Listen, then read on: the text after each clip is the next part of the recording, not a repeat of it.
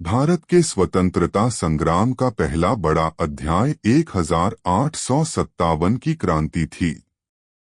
इसे भारत का प्रथम स्वतंत्रता संग्राम कहा जाता है। यह केवल एक बगावत नहीं थी, बल्कि अंग्रेजी हुकूमत के खिलाफ आजादी की पहली गूंज थी। इसमें किसानों, सैनिकों, राजाओं, रानियों और आम जनता ने मिलकर अंग्रेजों को ललकारा। एक चिंगारी कैसे भड़की? अंग्रेजों की ईस्ट इंडिया कंपनी धीरे धीरे भारत पर अपनी पकड़ मजबूत करती गई। किसानों से भारी कर वसूले जाते, शिल्पकारों की रोजी छीन ली गई और सैनिकों के साथ भेदभाव किया जाता था। सिपाहियों में गुस्सा तब और भड़का जब नई बंदूक एनफील्ड राइफल आई। इसमें कारतूस के सिरे को दांतों से काटना पड़ता था। यह खबर फैल गई कि कारतूस में गाय और सूअर की चर्बी लगी है। इससे हिंदू और मुस्लिम दोनों सिपाही आहत हुए। यह चिंगारी जल्द ही आग में बदल गई। 2. मेरठ से शुरुआत। 10 मई 1857 को मेरठ से क्रांति की शुरुआत हुई। सैनिकों ने कारतूस इस्तेमाल करने से मना किया तो अंग्रेजों ने उन्हें जेल में डाल दिया। गुस्साए सिपाहियों ने जेल तोड़ी, अंग्रेज अधिकारियों पर हमला किया और दिल्ली की ओर कूच कर गए। 3. दिल्ली और बहादुर शाह जफर। सिपाही दिल्ली पहुंचे और वहां के बुजुर्ग मुगल बादशाह बहादुर शाह जफर को भारत का सम्राट घोषित कर दिया। बुजुर्ग जफर भले ही कमजोर थे, लेकिन उनका नाम ही लोगों में नई जान फूंकने के लिए काफी था। दिल्ली विद्रोह का मुख्य केंद्र बनी। 4. झांसी की रानी लक्ष्मीबाई की वीरगाथा।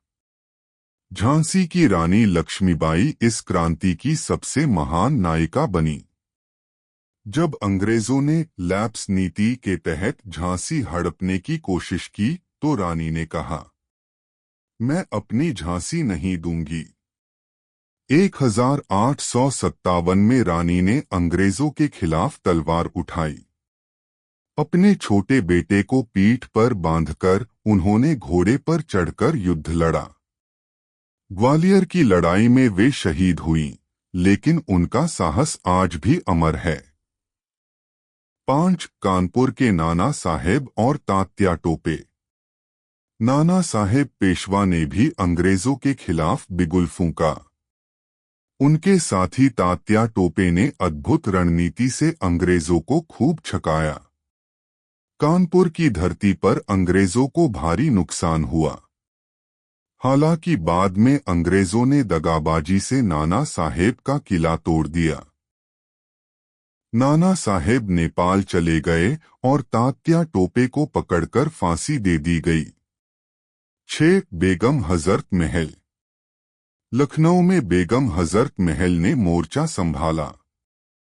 उनके बेटे बिरजिस कादर को राजा घोषित किया गया और बेगम ने सैनिकों को संगठित किया।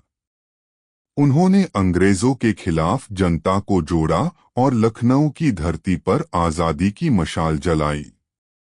7. बिरसा, अजीमुल्लाह और मंगल पांडे।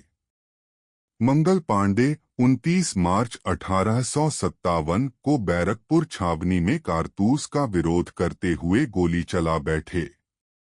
उन्होंने अंग्रेज अधिकारी पर हमला किया। उन्हें फांसी दी गई, लेकिन उन्होंने पूरे देश को जगा दिया। अजीमुल्लाह खान, नाना साहेब के सचिव, ने जनता में क्रांति की भावना जगाई।